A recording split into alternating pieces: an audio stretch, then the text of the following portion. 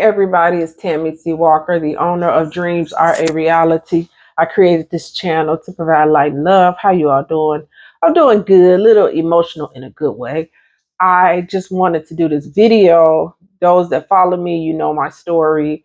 And before I get started, hit like, subscribe, all that other good stuff. Thank you for every comment, especially on my community page. You are so sweet. You are so sweet. My girl, Keisha and Cher, I think it's Of Money. Can't say enough about Hustlers and Scully. They hold me down. And then my old school people like Simplistic Motivation, and also Pandy and Christy. Gotta shout out my little sister. I shouldn't say that. She probably hate that. Sharonda. I got Shauna that follows me. And Vondi, that's my god sister in California. I think my two friends, I know they do, Tanya, Tasha. What can I say? These ladies hold me down, hold me down. My niece Sierra. I'll be going on and on. I'll leave people out and get in trouble. Anyway, let me hit it. Oh, Bristol and my cousin. Thank you. Thank you. Lamont. See, I'm getting in trouble. You all, I started my practice. Woohoo! I was just so emotional. I started it like maybe a couple of weeks ago now, and I'm just going rushing around.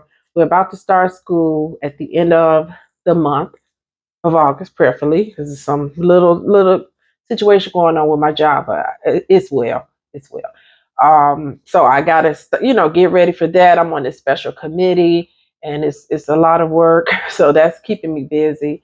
I have my own office, so I'm setting that up. My couch came today. I didn't get to see it because I'm not there. I'm at home. I'll see it in a couple of days when I go pick up my key for my new office. Can you all dig this? What else is going on? It's crazy. It's just crazy. And so for those of you that are a little bit newer to my channel, I am a licensed clinical social worker. Let me make sure this mic on. Oh Lord, I think I just turned. No, it's on. Okay. I have recorded before and the mic be off, so I just have to make sure. But I am a licensed clinical social worker. I have my own practice. It is entitled Walk to Wellness. I have an office here outside of Chicago. And mostly the clients I treat, they deal with depression, anxiety, grief. I also deal with clients that have chronic illness because I am a 2-time breast cancer survivor.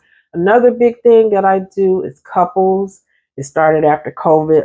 Married couples or couples come to me, and I have a few adolescents. I don't do the smaller children, although I absolutely love play therapy. I had it in school and I really connected with it. So I wouldn't say that I don't. But if I do start taking smaller kids, I definitely have to incorporate play therapy because you have to relate to the little ones a little better. Typically, my clients now are age 12 through 80. I've had as old as 80 something. But it's just been a blessing from God. So this, I was kind of rushing around a little bit, and I went to run to Target and grab my order. I get my groceries and toiletries from there. It's right by my house. And I was going to grab something to eat. And I'm like, you did not pray today. And I said, you don't have time. You don't have time to miss prayer. So I just was really thanking God. I'm really overwhelmed by the goodness of God. I really am. I don't say that kind of stuff when good things only happen. I say it all the time. And the prayer I was reading, it was saying Jehovah, and I don't know the one that's the healer. It's the book Prayers That Avail Much. That's what I use for some of my prayers. I know how to pray anyway, but I love that book because they have over probably 100, probably 150. I don't even know. It's a lot of prayers in there, and I refer to it for certain situations. But the prayer, the name of Jesus for healing, I had to repeat that one over and over and over and over. It might be, I don't even want to mess it up, because he healed me twice from cancer. Okay, so I just wanted to keep you all posted about my practice. I'm just over the moon. I want to give you all a quick timeline of how long this took. And if you want to start your own practice, you all already know what to do. Just get up in my comments. Anybody that follow me, and they'll tell you, I'll email you back an answer to help you. That's just how I roll. I can't set up your practice for you. Then you have to pay me to help you. I can't do all this stuff for free, but I am that type of person that try to help others. Okay. So anyway, I'm in my 50s. You all know that follow me. And I was in purchasing from God only knows when. I think, when did I get in purchasing originally? Oh my goodness gracious. 1998. I was working at a food distributor company and I was like a purchasing assistant, more like administrative. It was a bad job. They didn't have any work for us. It was a startup company, beautiful company, but they didn't have work for us. So basically, I just sat there and took all their money, took money because I wasn't working. But it gave me a segue into purchasing. After that, I began to go to different companies. I was fortunate enough to work for Kraft Foods, US Cellular. Those two companies shaped my purchasing career, and World Kitchen. World Kitchen put me on the map with SAP, the software that I used to create purchase orders and requisitions. And the rest was history. Once I got that software under my belt, I was able to work for various companies implementing SAP. Everybody didn't know it. It made me a hot commodity. Even when I was laid off over and over, I could stay working as a contractor doing SAP. I was in my 40s. After getting cancer, I was 36 when I got cancer. After that, getting better, I was like, I got to get away from this type of work. It's not me. I want to help others. I began to be a life coach in 2010. I can't talk, I'm so excited. Got to slow down. In 2010, and that was a tough job. When someone has to say, what does a life coach do? It might not be the right field. Now, I'm not knocking life coaches because they do well, but for me, it just didn't work out. Sorry, I had a crumb in my, I'm greedy, crumb in the eyeglasses earlier, but it's gone.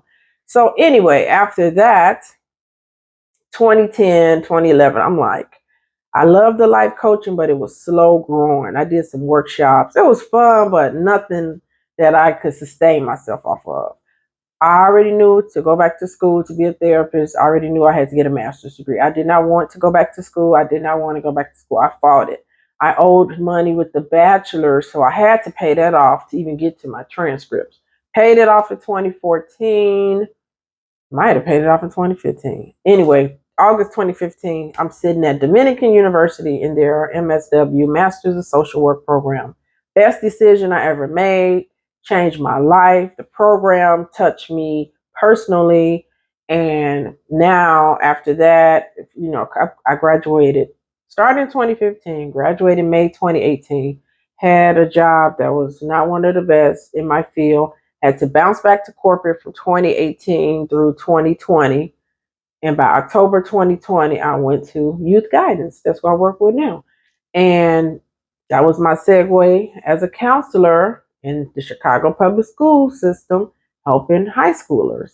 That didn't pan out of the way I needed it to be. It's not youth guidance. I love that company. It's not them, but the school. So left, came back like 4 months later. I was only gone for 4 months. That's hilarious. Maybe 5.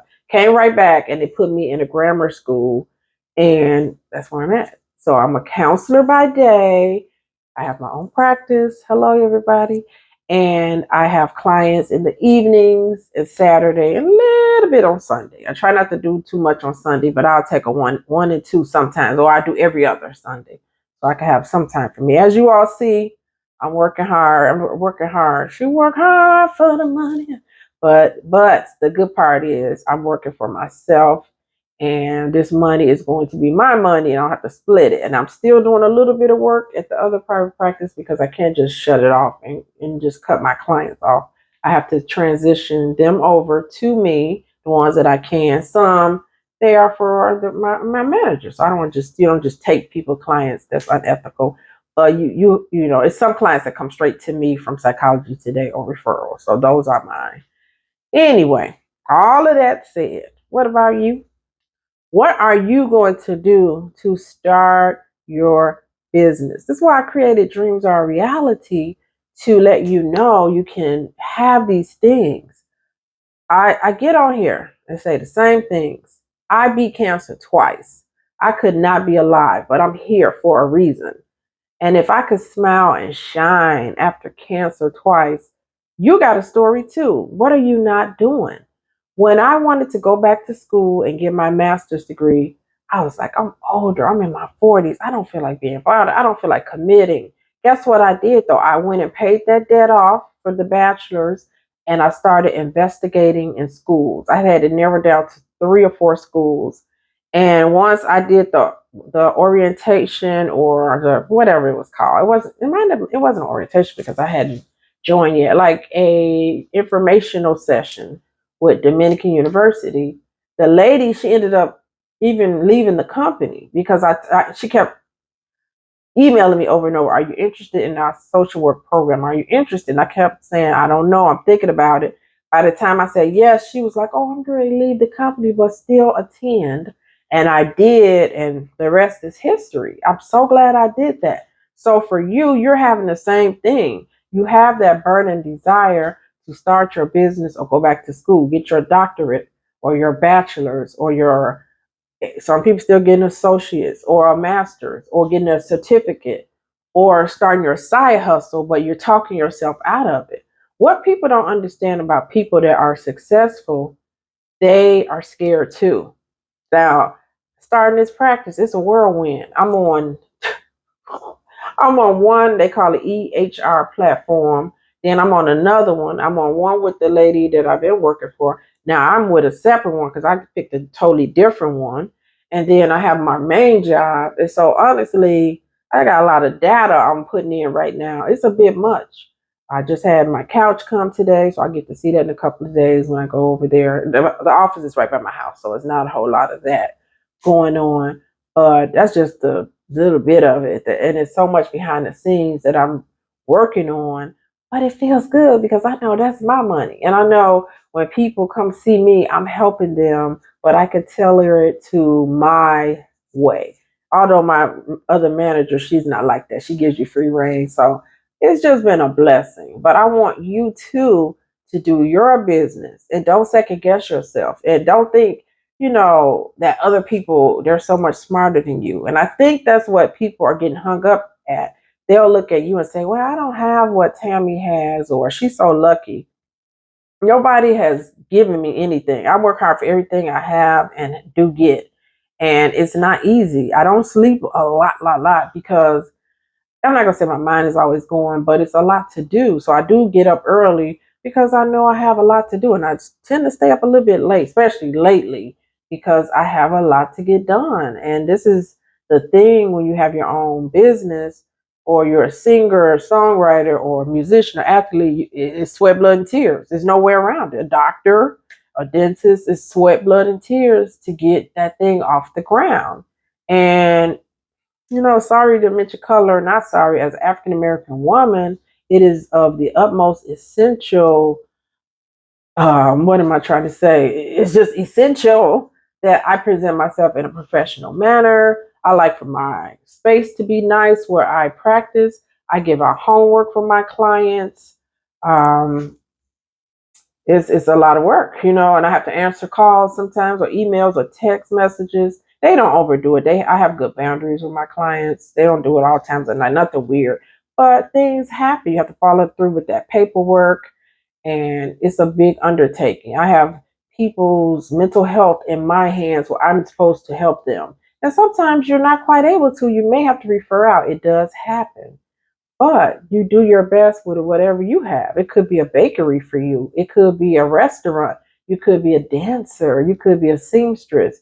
You could be, again, going back to school and getting your bachelor's, get your master's, get your doctorate, get that certificate. Everybody is not meant to go to school or want to go to school or go to college, but it's some great certificates out there in IT. You can get a profession as an electrician.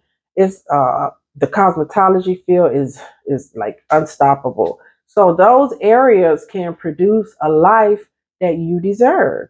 And one thing with me, I'm not so quick right now to quit a full-time job because I'm churning on my business. I don't want to have to scrape and scrape and think I could pay keep the lights on or think I could pay my rent. I like to know I could pay my rent, have money saved, and still have an enjoyable life. So I'm okay keeping my job. The company I work for, they support you having your own practice. A lot of us are entrepreneurs there. So not for profit, it's just different. It's set up different. That's why I enjoy working there. We are mentors for our girls and boys. So we're showing them how they can start their business. A lot of my girls, they're 6th, 7th, 8th grade, they can braid hair. And so they already have clients, they already have businesses. So that's something I really want to help them with. I was telling my niece, maybe you could come in and do a workshop and show them how to build their hair business, because she's had her own hair business for years. My niece is not even 40. She's a very young woman, not as young. She touching on 40 now, but she's young to me. Very sweet, very professional young woman. And I'm proud to call her my niece. I'm not just saying that either because she's my niece, but she's very professional, very good hairstylist. Excellent. Good is not even appropriate. You may be a videographer. You may be a photographer. You may be into the digital information. You may be a social media person. I don't know what you do. You may want to open a car wash or get into real estate. Please do it. Look at me. I went and signed up for school at 44 years old. And if I could do it, you can do it. I am no better. I am no smarter, nothing. And one thing I use for everything, no matter what it is, symptoms with an illness, how to buy a house, how to buy a new car, how to start my business, how to do an LLC, how to sing a note better, how to fix my cell phone, how to fix my dishwasher. It's something I looked on Google, YouTube for recently, and they just helped me. How to do a commercial. I had to do a commercial for my job. So I use Canva a lot. I went to YouTube for that. All that stuff I just named, I go straight to Google and YouTube. So it's not that I'm so smart. It's not. It's just that I research a lot. When it was time for me to start my own practice, I went to Carla, another dear friend who started her practice a while ago. Cassandra's been helping me, those two. And my therapist said, boom, she just shot me a list. Because I told her in our sessions, I want to start my own practice. She was like, it's not as hard as you think. When we get off this session, I'm going to send you a list of everything you need to do step by step and do that. And last September, I started highlighting, knocking it out. How I got that. Some stuff I already had. Malpractice insurance, had. CAQH, boom, I had that. NPI, boom. These are all numbers and things you need as a clinician. So I already had that. I'm like, oh, you got that. LLC, I went to LegalZoom. If you want an LLC, go to LegalZoom. You don't have to pay the whole amount up front. You can divide it into three. That's what I did. I think it was $700 or $800. I divided it into three. So don't say I don't have the money. You gotta spend to get. My niece, as a hairstylist, she's always at the beauty supply store getting new hair products, capes. She keeps her towels clean. She has to have shears and this clipper and this blow dryer and this flat iron. She's spending a lot of money. She's a traveling hairstylist. So she's got a traveling kit where she go do well-to-do people's hair. So don't tell me what you don't have. You got to get that money so you can get that money. You feel me? If I could do it, you could do it. Stop thinking everybody else have it better than you. That's a victim mindset, and it's a lie. It really is. You see paraplegics in Paris right now getting it in, winning the Olympic medals. If they can do it, you can do it.